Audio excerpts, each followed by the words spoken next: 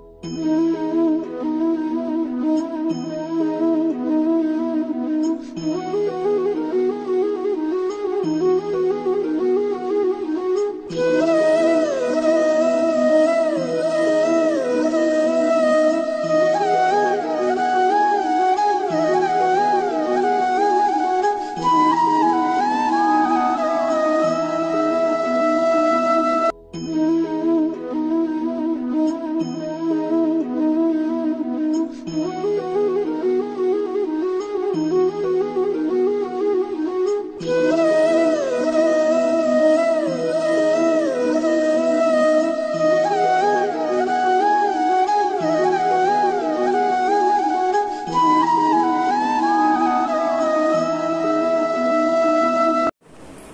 भी लोग काम करते हैं आजकल ऑफिस में, कॉर्पोरेट्स में, तो साल में एक बार छुट्टी जाते हैं, 10 दिन के लिए, 15 दिन के लिए। तो साल में कितने दिन होते हैं? 365 दिन होते हैं। 365 दिन में से 350 दिन रगड़ना पड़ता है, तब जाके 15 दिन की छुट्टी मिलती है। नहीं तो स्वभाव है। भौतिक जगत में किसी के लिए भी इस जगत में चीजें आसान नहीं होती। तो जब एक जीव उत्साही है, तब उसके लिए अपने, क्या कहते हैं उसे, अंग्रेजी में उसे कहते हैं कंफर्ट जोन।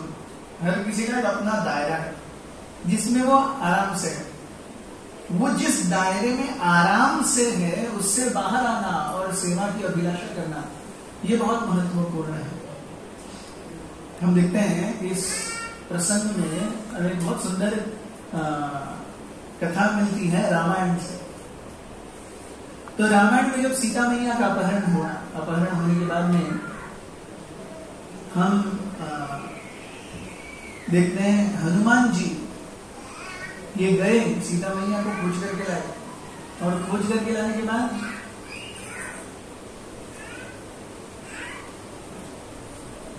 उनकी वजह से दूसरे को सुनने पाए। तो प्लीज मेक श्योर वो बात नहीं करते या फिर तो आ रही है, उनका कसूर नहीं है, ये उनके लिए नहीं है। तो हम जब देखते हैं कि हनुमान जी गए, हनुमान जी सीता मैया का कुछ खबर लेकर के आए, और जब लंका पर कूच करने की, चढ़ाई करने की बारी आई, तब ब्रिज बना। और ब्रिज कितना लंबा था? रामायण वर्णन करता है 100 योजन लंबा और 10 योजन चौड़ा। 1 योजन अर्थात 8 मील, तो 100 योजन अर्थात 800 मील लंबा ब्रिज था। 1 मील अर्थात लगभग 1.7 किलोमीटर, तो 800 मील अर्थात लगभग 1400 किलोमीटर। सो 1400 किलोमीटर लंबा ब्रिज, 140 किलोमीटर चौड़ा bridge, 1400 kilometre long, 140 kilometre wide, कितने दिन में बना? 5 दिन में। कितने दिन में बना? 5 दिन में। आज नरेंद्र मोदी सरकार कहती है हम रिकॉर्ड तोड़ सड़क बना रहे हैं, 23 किलोमीटर प्रतिदिन। सोचिए 23, और वो भी वो जमीन पे बना रहे हैं, कुछ करने की जरूरत नहीं है। ये तो ब्रिज बना था एक्चुअल समुद्र के अंदर। It is not road, it is bridge. 1400 kilometers long, 140 kilometers wide, 5 days. That is called efficiency. So वो जब बन रहा था तो सारे बंदर आकर के बड़े बड़े पहाड़ पानी में डाल बैठे, और हनुमान जी वो 4-4 पहाड़ एक साथ ला रहे थे, इधर दो इधर दो, ऐसा रहेगा, ब्रिज बन गया। इसके बीच में एक छोटी गिलहरी थी, वो भी मुदक के जा रही थी, एक रेत का तिनका डाल करके आ रही थी। और एक बार हनुमान जी फटक जा रहे थे, तो वो देखे ही गिलहरी जा रही है, और एक बार तो ऐसा हुआ वो गिलहरी हनुमान जी के पैर के नीचे आने से बाल बाल बची। हनुमान जी ने देखा वो ऐसे करने वाले थे, वो ऐसे हो गए ताकि गिलहरी जैसे। उनको गुस्सा है, वो गिलहरी को डांटे रहे तो समझ में नहीं आता, प्रभु राम की सेवा चल रही तो यहाँ पे क्या करे, चल भट।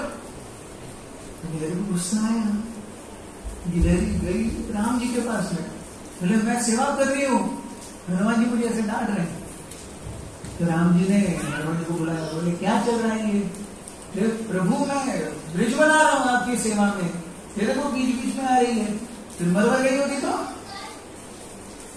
प्रभु रामचंद्र बोले देखो हनुमान तुम शक्तिशाली हो, इसीलिए तुम एक बार चार क्या कहते हैं पर्वत ला करके डाल सकते हो, लेकिन ये गिलहरी छोटी सी है, आप अपने हिसाब से सेवा कर रहे हो, ये उसके हिसाब से सेवा कर रही है, मेरे लिए दोनों सेवाएं बराबर हैं। तो प्रभु रामचंद्र कहते हैं कि मैं रिजल्ट नहीं देखता, मैं इंटेंशन और एंडेवर्स देखता हूं, इच्छा क्या है और मेहनत कितनी है, मैं ये देखता हूं। रिजल्ट तो मैं दूंगा बाद में, मैं देखता हूं इच्छा क्या है सेवा करने के पीछे, और उस सेवा को कार्यान्वित करने के लिए मेहनत कितनी की जा रही है। So man sees results, God sees efforts. हम देखते हैं जब प्रभुपाद जी अमेरिका गए, 70 साल की उम्र में गए, उससे पहले वो लगभग 36 साल की उम्र से भारत में भगवत गीता के ज्ञान का प्रचार प्रसार कर रहे थे। तो 36 साल की उम्र से प्रचार प्रसार कर रहे हैं, और लगभग 72 साल की उम्र में सक्सेस मिला। तो 36 साल बिना रुके, बिना किसी प्रकार से हताश हुए सेवा करते रहना, ये साधारण नहीं है। और ऐसा भी नहीं कि प्रभुपाद जी ने एक्टिव सेवा नहीं की, मतलब एक होता है कि आपने हॉल देख लिया या अपना रूम देख लिया और उसमें आप बैठे रहे, जिसको आना है आए, भाई नहीं आना है क्या करें, हम बैठे हम बोल रहे, कोई आता ही नहीं हम कर रहे। ऐसा नहीं, प्रभुपाद जी जा करके इंदिरा गांधी से मिले, राजेंद्र प्रसाद से मिले, उस समय के मेन पॉलिटिशियन से मिले, कितने जगह उन्होंने जाकर के भगवद गीता भागवत का प्रचार प्रसार किया, फिर भी कोई नहीं सुनता। ये उत्साह। सो हम जब देखते हैं, मैं एक बार राधा गोपीनाथ मंदिर गया था, तो उस समय हमारे वरिष्ठ ब्रह्मचारी शिष्य भक्त हैं मदन गोपाल,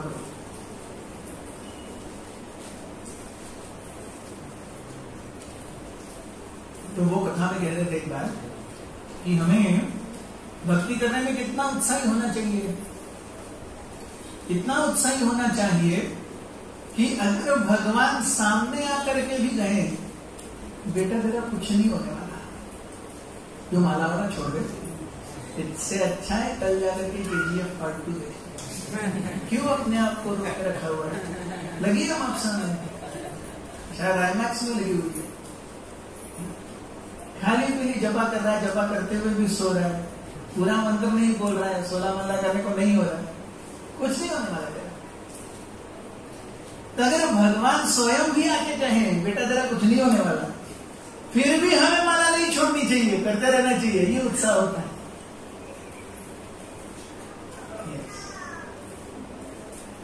सो उत्साह अर्थात हम जब उसे अपना समझ करके करें, ये मेरी जिम्मेवारी है करना, जैसा कहते हैं उत्साह है, ये सबसे फर्स्ट थिंग, प्राइमरी थिंग, भक्ति में सबसे महत्वपूर्ण है उत्साह। और केवल उत्साह नहीं, उत्साह के साथ में निश्चय, डिटर्मिनेशन, दृढ़ संकल्प, वो भी उतना ही महत्वपूर्ण है। क्योंकि हम देखते हैं उत्साह हमेशा होता है क्या? नहीं। हम सब में से कितनों ने न्यू ईयर रेजोल्यूशन लिए हैं? मैं अपना मोटापा कम करूंगा। इसके मैंने इतने उत्साही रेजोल्यूशंस लिए हैं, मुझे पता ही नहीं मैंने गिनती छोड़ दी उसकी। कभी कभी लगता है मेरे खून पसीने की कमाई है, क्यों खाली पीली इससे मेहनत की है बढ़ाने के लिए। तो ये वजन कम करने के लिए देखिए जिंदगी में एक ही प्रॉब्लम है, पापी पेट का सवाल है। या तो वो भरता नहीं है या तो कम होता नहीं है, दोनों में से एक ही चीज है।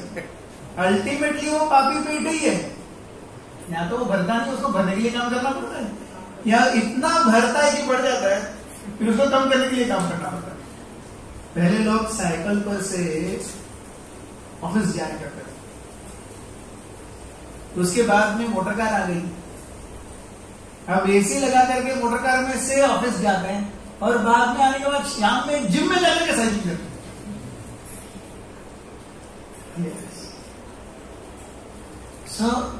हम देखते हैं उत्साह है, आसान है, लेकिन उत्साह के साथ में निश्चय कि अब करना ही होगा। उत्साह आएगा, उसके बाद क्या होगा, संकल्प लेना होगा, कम वॉट में ये करना ही होगा, निश्चय लेना है। और इसका उत्तम उदाहरण है ध्रुव महाराज। ध्रुव महाराज को जब उनकी सौतेली मां सुरुचि ने कहा, आप अपने पिताजी की गोद में नहीं बैठ सकते, आपको अगर उनकी गोद में बैठना है तो आपको और एक जन्म लेना पड़ेगा मेरी कुख से। तो बालक ध्रुव छोटे से हैं, वो रोते रोते गए अपनी मां सुनीति के पास में, और सुनीति से कहा कि सुरुचि मुझे अपने पिताजी की गोद में बैठने नहीं देना चाहती है, मुझे अपने पिताजी क्या, दादाजी भी नहीं, परदादाजी भी नहीं, उनसे बड़ा राज्य चाहिए। I want a kingdom greater than my great grandfather। तो कौन देगा मुझे राज्य, मेरी इच्छा पूरी कौन करेगा? तो मां ने कहा, जिनकी भी कोई इच्छा होती है वो भगवान विष्णु के पास जाते हैं। भगवान विष्णु कहाँ मिलेंगे? मैंने सुना जिसको भी भगवान विष्णु चाहिए वो जंगल में जाते हैं। अच्छा, तो ध्रुव जंगल में चले गए 5 साल की उम्र में, जंगल में जा रहे हैं, और नारद मुनि ने देखा। नारद मुनि को लगा बाप रे, ये छोटे बच्चे का दृढ़ निश्चय देखिए, 5 साल की उम्र में सब कुछ छोड़ छाड़ के भगवान को प्राप्त करने चला है। वो ध्रुव महाराज की परीक्षा लेने गए। पहले तुम 5 साल के हो, ये क्या होता है? 5 साल की उम्र में तो व्यक्ति का धर्म होता है डांट खाना। हम जब 5 साल के थे बहुत डांट खाएंगे नहीं, कौन कौन मस्त डांट खाएंगे? अपने माँ पिताजी से भर भर के कौन डांट और मार खाया? वो सब आप अच्छे लोग हैं। जिन्होंने ये प्रसाद ग्रहण नहीं किया ना, उनकी बहुत बुरी हालत है। ये प्रसाद आगे जाकर के बहुत बड़े महाविघ्नों से बचाता है। वो उस समय पता नहीं चलता है, लेकिन बाद में जब लाइन पे गाड़ी आती है ना, तब लगता है 35 का होने के बाद लगता है माँ पिताजी ने जो 4 दिए थे ना, वो बहुत अच्छा था। तो बहुत सौभाग्यशाली है वो व्यक्ति जिनको ये महाप्रसाद मिला है। तो 5 साल की नारद मुनि कहते हैं 5 साल की उम्र है, तुम्हारा तो धर्म डांट खाना, और 5 साल की उम्र में हर कोई बच्चे को डांटते ही रहता है, उसको मुझे बहुत बड़ी बात क्या है घर जाओ यार, ऐसा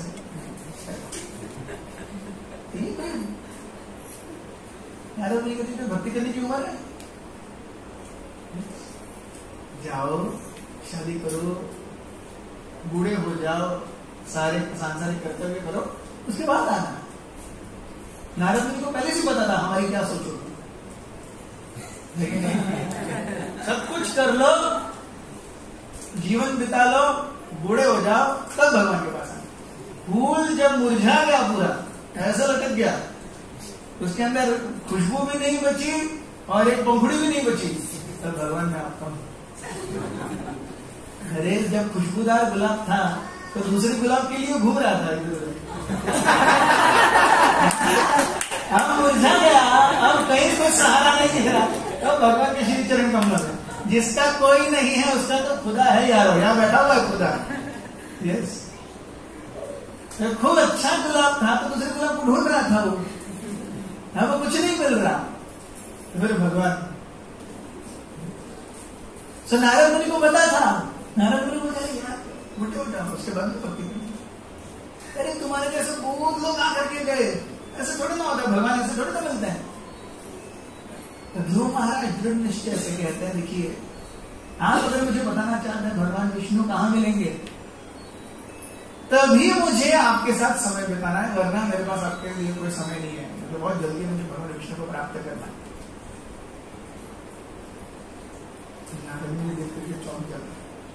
And then it tells him the ways to practice devotional service. So हम देखते हैं, और नारद मुनि से आशीर्वाद प्राप्त करने के पश्चात, निर्देश प्राप्त करने के पश्चात, ध्रुव महाराज ने कितने समय में भगवान का दर्शन किया? कितने समय में भगवान का दर्शन किया? 6 महीने में। 6 महीने में। हम सबके 6 इनको कितने महीने हो गए? महीने बहुत ज्यादा हो गए, इंक्लूडिंग मेरे बहुत ज्यादा हो गए। 6 इंटू ऑलमोस्ट 40 महीने हो गए। 6 इंटू यस। तो भगवान मिले क्या? अभी भी घूम रहे हैं, दिल्ली बहुत दूर है बहुत दूर है। तो 6 महीने में क्या दिखा भगवान को ध्रुव महाराज? निश्चय। गिलहरी में क्या दिखा? उत्साह। ध्रुव महाराज में निश्चय। तो रूप गोस्वामी कहते हैं उत्साह चाहिए, निश्चय चाहिए, और केवल निश्चय होने से काम होगा क्या? नहीं, धैर्य चाहिए। अगर भक्ति कार्य में धैर्य नहीं होगा तो हम उस उल्कापात की तरह हो जाएंगे, मीटियोर। उसको पकड़े में क्या बोलते हैं? धूमकेतु। धूमकेतु 3 मिनट में उसका काम तमाम हो जाता है, 3 सेकेंड में शायद ऐसा दिखता है, 3 सेकेंड में खत्म। वैसे उत्साह है, निश्चय है, आएंगे, हरि बोल करेंगे, यस, और हरि बोल करते करते गायब भी हो जाएंगे। और हम कहते हैं हरि बोल डिवोटी। हरि बोल करते करते आते हैं और हरि बोल करते करते चले जाते हैं, वापस आते ही नहीं है। तो उत्साह है, निश्चय है, धैर्य नहीं है। तो धैर्य लंबे समय तक रहना पड़ेगा। देखिए हमें भगवान की काल गणना का आभास होना चाहिए। भगवान की काल गणना क्या है? श्रीमद् भागवत के 3 स्कंद में प्रसंग आता है जहां पे जय और विजय को चतुष कुमारों द्वारा श्राप मिला, और श्राप मिलने के बाद, जब श्राप मिला तो उसके बाद में चतुष कुमारों को लगा कि अरे ये तो सारा स्टेज्ड परफॉर्मेंस था। ऐसा था जैसे भगवान को चाहिए था कि हम इनको श्राप दें। ऐसा होता है ना, आपने देखा होगा, जब किसी को पकड़ना होता है तो पुलिस क्या करती है? खुद ही रिश्वत लेकर के पहुंच जाती है, फिर उसको वीडियोग्राफ करती है, उसको बाद में फिर ये तो सोची समझी रखी साजिश है, उसको पकड़ लेते हैं, तुम रिश्वत लेते। तो ये साजिश है। तो वैसे ही जब चतुष कुमारों ने जय विजय को श्राप दिया भूतल पे आने का, तो देन दे बिगन एनालाइजिंग। कई बार ऐसा होता है ना कि हम in the spur of the moment, उस समय हम चीजों को परखते नहीं है, लेकिन होने के बाद में परखते हैं, ऐसा क्यों हुआ, क्या हो गया। कई बार जब गुस्सा आता है तो गुस्से में हम कुछ बोल देते हैं, बाद में लगता है कि हमने गलत बोला। कई बार चीजें हो जाती है फ्लो में, और कई बार वो गलत भी होती है। तो जब जय विजय को श्राप दिया तो उसके बाद में चतुष कुमार सोचने लगे, अरे इतना बड़ा क्या किया था उन्होंने कि हमने उनको श्राप दिया। When they started analyzing things, वो सोचने लगे, तो उनके मन में आ रही तो सब स्टेज पे ऐसा लगा जैसे भगवान ने हमें ट्रिक किया है श्राप देने के लिए। तो भगवान उस समय वहां आते कहते हैं आपने बराबर सही पहचाना, बहुत समय से मैंने किसी के साथ भुशुम भुशुम नहीं किया, अब वैकुंठ में किसके साथ युद्ध करूं, सब अपने ही लोग हैं। लेकिन युद्ध भी बनता ही है कि नहीं? कभी कभी हमारी भी इच्छा होती है हम कुछ चटक मटक खाएं। रोज दाल राइस सब्जी खा रहे हैं तो हमारी भी इच्छा होती है कभी क्या पास्ता, पिज्जा, पानी पूरी, चटक मटक। और कभी बहुत ज्यादा, एक 2-3 हफ्ते में बहुत पार्टी हो गई तो खुद ही बोलेंगे माँ को, माँ आज फक्त वरण ओनली वरण आणि बटाट पापा। सर जब कुछ नहीं मिलता बहुत देर तक तो हमको कुछ चटक मटक चाहिए, और किसी 1-2 हफ्ते में बहुत पार्टी हो गई तो माँ को बोल रहे हैं केवल वरण। तो वी नीड चेंज। वैसे ही भगवान बोलते हैं बहुत खुजली हो रही है, किसी के साथ हाथ कुछ हुआ ही नहीं है, कोई एक्सरसाइज ही नहीं हुई बहुत देर से, तो इसलिए वो मैं किसके साथ एक्सरसाइज करूं, मुझे अपने लोग चाहिए। तो आपका आना, जय विजय को श्राप देना, ये सब एक सोची समझी साजिश थी। तो मैं नीचे जाऊंगा, अपनी इच्छा पूरी करके आ जाऊंगा, थोड़ा मसल फ्लेक्स करके आ जाएंगे। सो तब ज्योतिष कुमार कहते हैं भगवान ये तो ठीक है, लेकिन उनको श्राप मिलने के लिए हम कारणीभूत बने हैं, तो कृपया उनका जल्दी बुला लीजिए वापस। ज्यादा देर तक भौतिक जगत में हिम्मत रखिए। भगवान ने हाँ तुरंत 3 युगों में 3 जन्म और तुरंत वो वापस आ जाएंगे। तो भगवान के लिए 3 युग ये तुरंत है। सत्य युग 17,28,000 साल चलता है। उसके बाद में त्रेता युग 12,96,000 साल चलता है। फिर द्वापर युग 8,64,000 साल चलता है। तीनों का गणित कर लीजिए। 17,28,000 प्लस 12,96,000 प्लस 8,64,000 ये भगवान की ये तुरंत है। तो आप समझ लीजिए कितने समय तक भक्ति करनी है। भगवान हमको तुरंत लेके जाने वाले ऊपर, लेकिन वो तुरंत का डेफिनेशन क्या है? 17,28,000 प्लस 12,96,000 प्लस 8,64,000। भगवान ने बोला तुरंत आप आ जाओगे। तो भगवान की ये तुरंत इज इक्वल टू ये टोटल। तो ऐसा मत सोचिए अरे प्रभु जी 10 साल तक भक्ति कर रहा हूं कुछ भी नहीं हुआ। अरे 38 लाख साल की बात हो रही है बाबू, 10 साल करके पड़ेगा।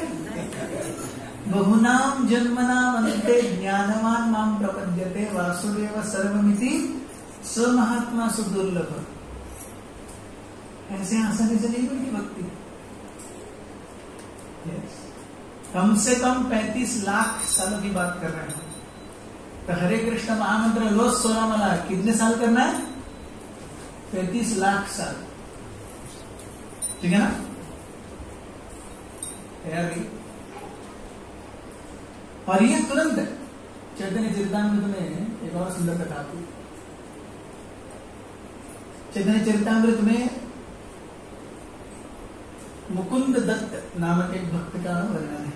तो मुकुंद दत्त जो थे वो नदिया मायापुर में चैतन्य महाप्रभु के बहुत ही करीबी पार्षद थे और वो बहुत सुंदर गाते थे, कीर्तन बहुत सुंदर किया करते थे।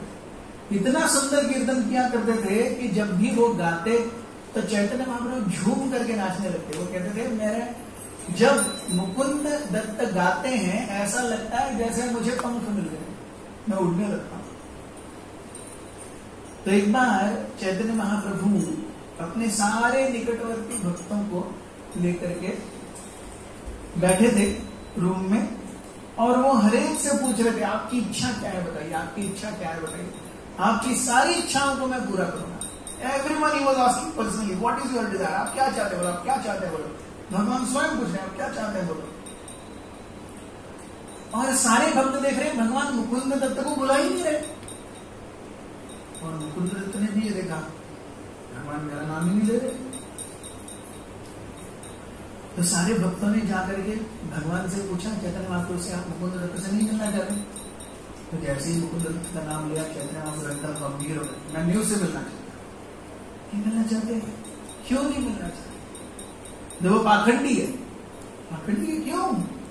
यहां पर आकर हमारे साथ हरे कृष्णा गाता है और जब समय मिलता है तो मायावाद दर्शन, मायावादियों के साथ में बैठ के मायावाद तत्व ज्ञान श्रवण करता है। मायावाद तत्व ज्ञान क्या है? मायावाद तत्व ज्ञान यानी मैं और आप, हम सभी भगवान हैं। Who is God? I am also God. मैं भी भगवान हूं, आप भी भगवान हैं। हम सब भूल गए कि हम भगवान हैं, इसीलिए भौतिक जगत में जिस दिन साक्षात्कार हो जाएगा कि हम भगवान हैं, उस दिन हमारी मुक्ति हो जाएगी। ये मायावाद तत्व ज्ञान कहते हैं। इसलिए प्रभुपाद जी कहते हैं अगर ऐसा है कि आप भगवान हैं और माया के प्रभाव में आप भूल गए कि आप भगवान हैं, तो माया आपसे ज्यादा पावरफुल हो गई, क्योंकि वो आपको भुला सकती है। तो फिर आप कैसे भगवान है? माया भगवान होनी चाहिए। If she can make you forget things, how are you God? She is God. Simple सा लॉजिक है। अगर माया आपको सब भुला सकती है तो माया भगवान है। एक बार परम पूज्य राधानाथ स्वामी महाराज एक ट्रेन में सफर कर रहे थे और एक सामने साधु बैठे थे, उनके साथ में बातें होने लगी। तो जब तत्वज्ञान की बात आई तो उन्होंने देखा कि वो मायावाद दर्शन प्रोड्यूस कर। तो राधानाथ स्वामी ने कहा नहीं ये ठीक नहीं है, ऐसा होना चाहिए, ऐसा होना चाहिए, ऐसा होना चाहिए। तो मायावादी व्यक्ति मानने के लिए तैयार ही नहीं, नहीं ये ऐसा सब ढकोसला है, मैं ही भगवान हूं, मैं जानता हूं मैं ही भगवान हूं। तो ट्रेन में सफर करते लंबा सफर है, तो कालांतर में उन्हें दीर्घ शंका हुई, बाथरूम जाने की तलब लगी। तो वो कहते हैं जरा मैं बाथरूम जाके आता हूँ। तो रामनाथ स्वामी ने कहा अरे डिस्कशन तो इतना अच्छा चल रहा है, आप भगवान हो, रोक लो। आप तो भगवान हो, भगवान तो सब कुछ कर सकते हैं, रोक लो। वो बैठ गए थोड़ी देर और हम देखते हैं पहले nature calls, when you don't respond nature screams, when you still don't respond nature roars। वो कैसे तो करके उड़ गए, वहां पे गए बाथरूम के सामने, और भगवान की कृपा हमारे ऊपर और उसके ऊपर नहीं, अंदर कोई तो था। तो हम जानते हैं उस परिस्थिति में क्या हालत होती है। वो महाजन उधर ही और महाराज देख रहे हैं यहां से, तो अपने आप को भगवान कहता है बाथरूम के सामने।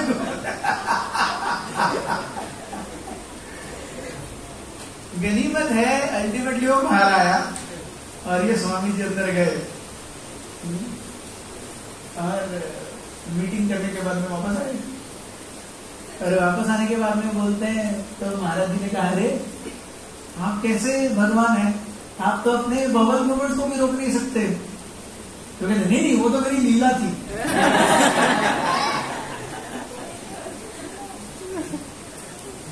अरे तेरी लीला नहीं तो पीला होने वाला था, बच गया। तो इस तरीके से हम देखते हैं कि मायावाद भाष्य सुनीले हय सर्वनाश। चैतन्य महाप्रभु कहते हैं अगर कोई मायावादी दर्शन का श्रवण करेगा, क्या करता है वो व्यक्ति के हृदय से भक्ति करने की इच्छा को ही निकाल देता है। मैं क्यों भगवान के पास जा रहा हूं, मैं उनकी सेवा करना चाहता हूं, इसलिए मैं उनके पास जा रहा हूं। जब मैं ही भगवान हूं, मैं किसकी सेवा क्यों करूं? लेकिन तो मायावाद दर्शन क्या करता है, व्यक्ति की भक्तिमय चेतना को ही समान करता है। तो चैतन्य महाप्रभु ने कहा कि वो मुकुंद दत्त जो है वो हर जगह जा करके क्या करता है, मायावाद दर्शन को सुनता है, मैं उसे कृपा नहीं दूंगा। तो भक्तों ने आकर के मुकुंद दत्त से कहा, मुकुंद दत्त रोने लगे। जब सारे भक्तों की बारी हुई तो फिर से कुछ भक्त गए और फिर से एक बार अर्जी देकर प्लीज आप चैतन्य महाप्रभु के लिए कुछ करिए, आप मुकुंद दत्त के लिए कुछ करिए, आप मुकुंद दत्त के लिए कुछ करिए। तो ये हमारी अर्जी, ये जो भक्तों की अर्जी होती है ना, ये भगवान बहुत केयरफुली स्वीकार करते हैं, उसे नकार नहीं सकते। तो हमें भक्ति मार्ग में गुरु परंपरा से क्यों जुड़ना चाहिए? हमारे सारे वैष्णव आचार्य हमारे लिए ऊपर अर्जी दे रहे हैं। तो हम जब दीक्षा लेते हैं, हम जब सत्संग से जुड़ते हैं, हमारे लिए कोई वरिष्ठ वैष्णव, किसी वरिष्ठ वैष्णव का आश्रय लेते हैं, तो वो वैष्णव हमारे लिए प्रार्थना करते हैं और वो प्रार्थना उस अर्जी की तरह है। पर हम देखते हैं कभी भी अर्जियों पर बहुत जल्दी काम नहीं होता है कि नहीं? आप किसी पॉलिटिशियन के पास जाइए, साहबा मशीन कर पा गया, हाँ करता वो होता है क्या? कुछ नहीं होता। वो ना कभी नहीं बोलेगा, लेकिन करेगा भी नहीं, करता। फिर 1-2 महीना हुआ, कुछ नहीं हुआ, साहबा माशी हाँ करता माशी करता। फिर 2 महीने कुछ नहीं होता, फिर से आप जाते हैं, साहिबा माशे करना, हाँ करता। सूरज माशे बोलो नहीं ना, नाम उसके बाद में कुछ नहीं होता, कुछ नहीं होता। वो करता 7, 8, 9, 10 बार जाके बाद, अरे ये सच्ची में दिन दुखी आया, फिर माशे ऐसा होता है काम। तो हम जब रोज हरे कृष्णा करते हैं, हरे कृष्णा हरे कृष्णा हरे कृष्णा, तो हम अपने लिए अर्जी दे रहे हैं, भगवान देख ले कर। तो भगवान भी बोलते हैं करता वो कुछ नहीं करते। अगर वो सही में एक बार में कुछ कर लेते हैं, हम तो शुद्ध वक्ता बन जाते हैं, जरूरत ही नहीं थी कुछ। हम हरे कृष्णा कर रहे हैं, हर दिन हरे कृष्णा हरे अर्जी दे रहे हैं, साहिबा मशीन कर रहे, साहिबा मशीन कर रहे, वो करते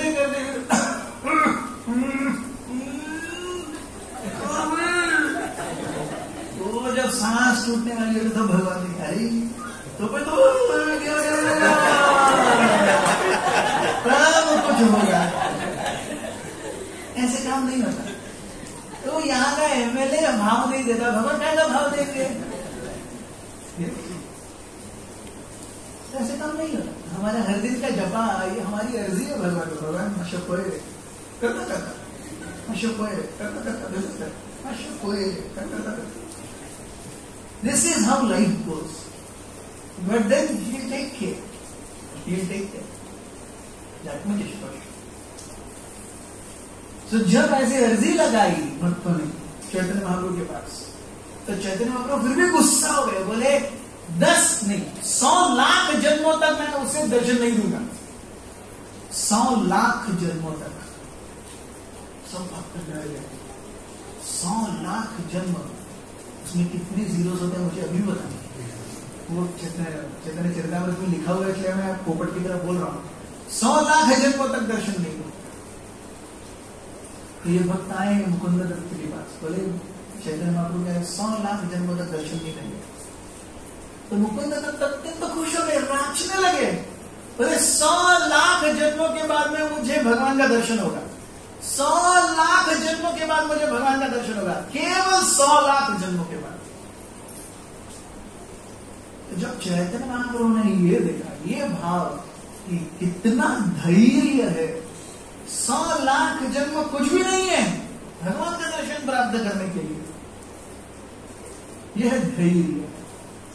तो कैलकुलेशन लगभग बराबर है, 17,28,000 प्लस 12,96,000 प्लस 8,64,000 में हमारे 100 लाख जन्म हो ही जाएंगे लगभग। कीड़ा मकोड़ा, कॉकरोच, बिल्ली, चूहा, ये वो करके भगवान मिल जाएंगे। तो तब तक भक्ति करनी, तो 100 लाख जन्म की भक्ति धैर्य। और हम 10-20 साल की बात कर रहे हैं, 50 साल की बात कर रहे हैं। सो धैर्य तीसरा। चौथा रूप गोस्वामी कहते हैं तत्त कर्म प्रवर्तन, अर्थात भक्ति में चाहे जो चाहिए वो करने के लिए तैयार होना चाहिए। One should be ready to go out of comfort zone. भक्ति में कंफर्ट जोन के बाहर जाकर के भक्ति करना, जो हम साधारणतः नहीं करेंगे। आप किसी का उदाहरण दे सकते हैं जो बहुत ज्यादा अपने कंफर्ट जोन से बाहर गए और उन्होंने भक्ति की? कौन है कोई एग्जाम्पल? प्रहलाद महाराज। यस, 6 साल की उम्र में क्या कुछ नहीं किया गया, उनको उबलते हुए तेल में डाला गया, समुद्र में पीठ के ऊपर बड़ा चट्टान रख करके छोड़ दिया गया, समुद्र के नीचे विषैले सांपों के कुंड में छोड़ दिया गया, जिंदा जलाने का प्रयास किया गया। मतलब इन एवरी वे फिजिकली जिंदा मारने का प्रयास किया गया, फिर भी प्रहलाद महाराज ओम नमो नारायण जो कर रहे हैं। सो जब ये देखा भगवान ने, यानी in every situation, any out of the box situation also वो भक्ति कर रहे हैं, तो वैसे खम्भे में से बाहर आए हो। हनुमान जी जब सीता मैया को खोजने के लिए लंका गए थे और हनुमान जी रात के अंधेरे में लंका के सारे घरों में जंप करके देख रहे हैं, उनके बेडरूम में जाकर के सीता दिखती है कैसे लगती है। तो असुरों की राजधानी लंका, और ये तो सब नशे में ही धुत होते हैं। जय श्री श्री बताएंगे, तो ये तो सब नशे में ही धुत होते हैं, और उनकी पत्नियां वहां पर हैं और वो किस अवस्था में है। ऐसे में हनुमान जी जाकर के हर किसी के चेहरे को देख रहे हैं, ये सीता मैया तो नहीं है। तो हनुमान जी को खुद पे ही डाउट होने लगा, मैं कैसा ब्रह्मचारी हूं, रात के अंधेरे में किसी के बेडरूम में जा करके उनकी स्त्री को देख रहा हूं, मैं ब्रह्मचारी हूं। फिर 1 सेकंड होने लगा, अरे ये मुझे करने के लिए तो प्रभु राम ने बोला है। तो क्योंकि प्रभु राम ने बोला है ही प्रोटेक्ट, वो तक करने के लिए तैयार है। सो तक कर्म प्रवर्तन, one is ready to go out of the box and serve the Supreme Lord, taking inconveniences. अपने आराम के दायरे से बाहर जा करके भगवान की सेवा करने के लिए तत्पर है। तक कर्म प्रवर्तन। 5वां रूप गोस्वामी कहते हैं संग त्याग, अर्थात जो भक्ति करने की बहुत प्रगाढ़ इच्छा नहीं रखते, ऐसे लोगों से ज्यादा संपर्क न रखना। क्योंकि हम जानते हैं हिंदी में भी वो कहावत है, जैसा संग वैसा रंग, जैसा संग वैसा रंग। तो जैसे लोगों के साथ में हम रहेंगे, हमारी चेतना भी वैसे ही होगी। और बाहर स्वभावतः लोग क्या बातें करते हैं, ये मैंने आपको बोलने की जरूरत नहीं है। हम भली भांति जानते हैं बाहर क्या चीजें चलती हैं, यहां पर तो बहुत ज्यादा चलती है गोवा के इस भाग में।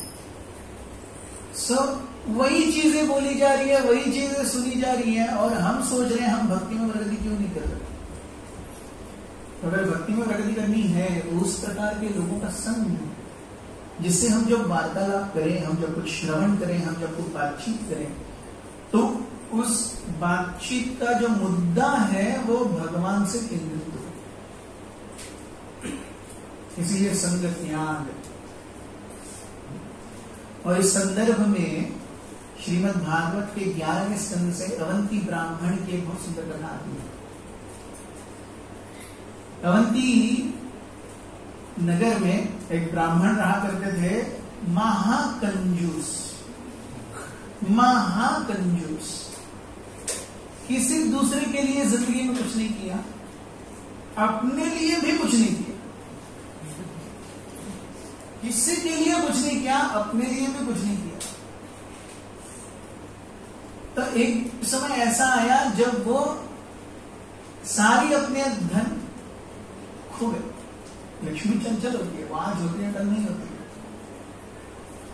तो एक समय ऐसा आया जब वो ब्राह्मण ने सब कुछ खो दिए, और तब उनके सारे जो सो कॉल्ड मित्र थे, हितैषी थे, जो हमेशा उनकी इर्द गिर्द घुमा करते थे, सबने छोड़ दिया उनको। तो अवंती ब्राह्मण को पता चला, अरे ये लोग जो इतना कि उनके खुद के परिवारजनों ने तक छोड़ दिया। क्यों किया? तो कुछ भी नहीं था जिंदगी भर। आस लगाए बैठे थे कि जब बुढ़ा मर जाएगा तब तो कुछ मिलेगा, वो भी नहीं है। सुभाषित कहते हैं सबसे बड़ा दानी कौन है? कंजूस। क्यों? जिंदगी में किसी को कुछ नहीं देता, तो जितना भरा रहता है वो महाशय के ऊपर चले जाते हैं, तो एक साथ दान में किसी को देके जाते हैं। उतना दान और कोई नहीं करता, तो इसलिए सबसे बड़े दानी कंजूस व्यक्ति। तो उसके लिए तो बैठे थे, अब वो भी नहीं है, कुछ भी नहीं है, तो उसको रख के फायदा क्या है? घर में निकाल दिया घर से। तो जब अवंती के वो ब्राह्मण रास्ते पे आके भटकने लगे, he took it in a very positive sense। वे कहते हैं, भगवान से सुंदर प्रार्थना अर्पण करते हैं, भगवान बहुत अच्छा हो गया कि मुझे घर से निकाल दिया गया। अब मैं इस भौतिक जगत का जो नग्न स्वरूप है वो देख सकता हूं, कि जो लोग मेरे आजू बाजू में हैं वो मेरे लिए नहीं है, मैं उनके लिए क्या कर सकता हूं, इसके लिए वो मेरे आजू बाजू। They are not there for me, they are for what I can do for them। और ये इस भौतिक जगत की सच्चाई। तब वो कहते हैं अवंती ब्राह्मण कि अब भगवान मैं आपकी सेवा करूंगा। तो भगवान की सेवा है। इसी प्रकार से हम देखते हैं तुकाराम महाराज के भी जीवन में। तुकाराम महाराज जब उनकी पहली पत्नी और पहले बच्चे का निधन हो गया, दुष्काल पड़ा था, बहुत बड़ा अकाल पड़ा था गेहूं में, तो तुकाराम महाराज कहते हैं, बरे झाले देवा निघाले दिवाळे, बरी या दुष्काळी पीडा केली, अनुतापे तुझे राहिले चिंतन, झाला वमन हा संसार। तो बरे झाले देवा निघाले दिवाळे, बहुत अच्छा हो गया, सब चला। बरी या दुष्काळी पीडा केली, इस अकाल ने, भुखमरी ने क्या किया? बहुत दर्द दिया। अनुतापे तुझे राहिले चिंतन, इतना क्लेश हुआ कि केवल आप ही याद आ रहे थे, और क्योंकि आप याद आ रहे थे, अब इस संसार से क्या हो गया? विरक्ति हो गई। तो संग त्याग, ऐसे लोग जो इस मार्ग में आगे नहीं बढ़ना चाहते उनसे दूर रहेंगे। और फाइनली सतोवृत्ति, सतोवृत्ति यानी भक्तों ने जो मार्ग दिया है उस मार्ग पर आगे चलना। भक्ति करते समय भी भक्ति का ये जो मार्ग है, ये ऐसा मार्ग है जैसे रेगिस्तान है, क्योंकि ज्यादा लोग दिखते नहीं है इस मार्ग पर आगे चलते हुए। हर कोई ऑफिस जा रहा है, हर कोई स्कूल जा रहा है, हर कोई पब जा रहा है, हर कोई डिस्कोथेक जा रहा है, यस, हर कोई सनबर्न जा रहा है, हर कोई KGF 2 जा रहा है, लेकिन संडे मॉर्निंग प्रोग्राम में कौन आ रहा है? बहुत कम लोग। क्यों? भक्ति है, हर किसी के हजम होने की बात नहीं है। श्री प्रभुपाद ने कहा, we are selling diamonds, someone has to have that much of cash to buy it। भक्ति अर्थात हम हीरे बेच रहे हैं, इतना सा भी वो दिखता भी नहीं है, वो 20,000 का होता है। आलू 1 किलो कितनी मिलेगी? आलू 1 किलो कितने मिलेगी? हाँ, 40-50 रुपए में 1 किलो आलू मिलता है, लेकिन हीरा इतना सा वो दिखता भी नहीं है, वो 20,000 का होता है। तो वैसे ही भक्ति यानी हम वो हीरा बेच रहे हैं, अगर उसे खरीदना है तो उतना सुकृति का जोड़ भी होना चाहिए, तब भी वो भक्ति ले पाएगा, वरना नहीं ले पाएगा। तो सतोवृत्ति भक्ति का ये जो मार्ग है ये रेगिस्तान की तरह, और रेगिस्तान में हमें दूर तक चलना है। हमने पहले ही देखा 10 लाख 100 लाख जंगल लेना, तो ऐसे लंबे समय तक चलते रहना है, वो भी रेगिस्तान में, तो कभी भी कुछ भी हो सकता है। तो आसान क्या है, आपको हर जगह रेगिस्तान दिख रहा है, तो कहीं कुछ नहीं दिख रहा, आप अकेले हैं और सामने एक पैरों के निशान है, आप क्या करेंगे? जहां पैरों के निशान है उसी जगह डायरेक्शन में जाएंगे ना, क्योंकि कोई ना कोई तो उधर गया है। यस, तो उसी प्रकार से इस भक्ति के रेगिस्तान में हमारे आचार्यगण, जो पूर्व आचार्य हैं, वो इस मार्ग को पार करके आगे गए हैं, उन्होंने अपने फुटप्रिंट्स छोड़े हैं। वो फुटप्रिंट्स क्या हैं? उनके द्वारा रचित ग्रंथ। तो उनके द्वारा रचित ग्रंथ ये उनके चरण चिन्ह हैं। उनके आदेशों का पालन करके हम तत्त कर्म सतोवृत्ति से हम इस भक्ति को इजीली पार, भक्ति के इस सुंदर मार्ग को इजीली पार कर सकते हैं। तो इस तरीके से ये 6 गुण आते हैं। कौन कौन से 6 गुण हैं? उत्साह, निश्चय, धैर्य, तत्त कर्म प्रवर्तन, संग त्याग और सतोवृत्ति। ये 6 गुणों को हम अपने जीवन में लाने का प्रयास करेंगे तो भक्ति का मार्ग अत्यंत आनंददायी हो जाएगा। मैं आप सभी का आभारी हूँ, आप यहाँ पर इतनी बड़ी संख्या में आए और अपना एक अमूल्य 1 आवर, 1 घंटा हमें दिया भगवान के सुंदर प्रवचन को सुनने के लिए। दयानिधि गौरव को भी मैं आभार व्यक्त करता हूँ, थैंक यू कहता हूँ यहाँ बुलाने के लिए और आप सबकी सेवा में संलग्न करने के लिए बहुत बहुत धन्यवाद। हरे